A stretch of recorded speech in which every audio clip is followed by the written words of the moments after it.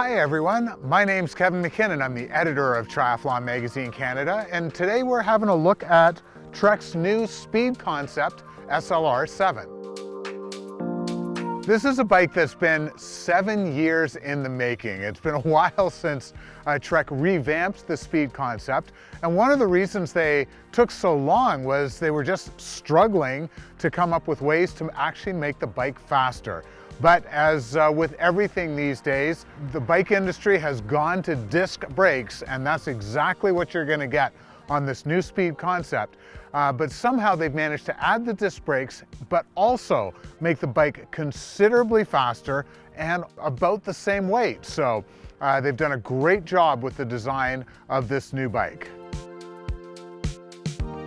So Trek figures that this new bike is going to shave 6 minutes off the time for a full distance race, 180 kilometers of biking.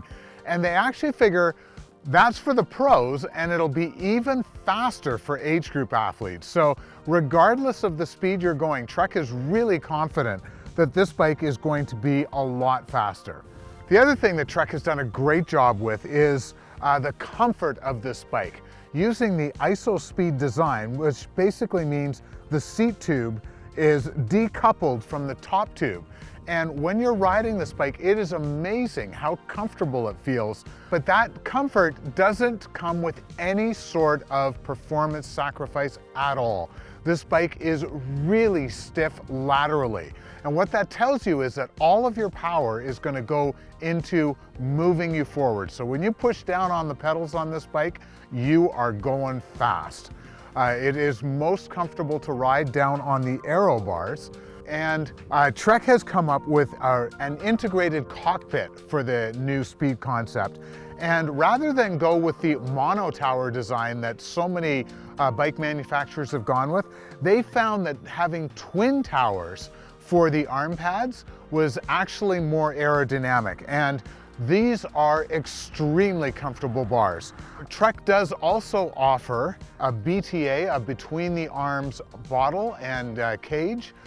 It doesn't come with the SLR7, so that's an add-on that I would strongly suggest you want to get. You're really going to get the most aero benefit from this bike by having that BTA bottle in there.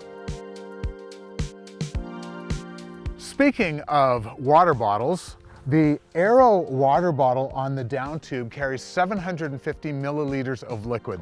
And the other thing that Trek has done a great job with is they have integrated underneath that water bottle storage for your tube and a CO2 cartridge. So you get to carry all of that stuff without losing any of the aerodynamic benefits. The SLR7 comes equipped with Shimano's Ultegra Di2 components, and the brakes are actually the Dura-Ace version of the brakes, so you actually get a little bit of an upgrade on that front. Finally, the SLR7 comes with the Alis Pro 51 tubeless ready wheels. These wheels are race ready. They do a great job. We did notice that there's a little bit of an issue with crosswinds on these wheels.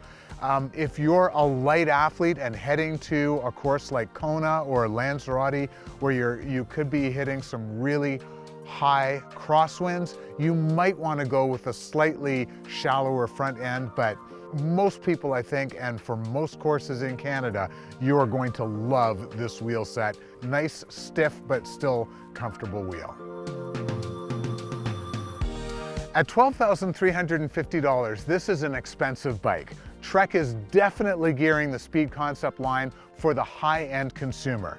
But for that money, you are getting a race-ready machine that will not give you any excuses. If you don't win a race, it is not because of your bike.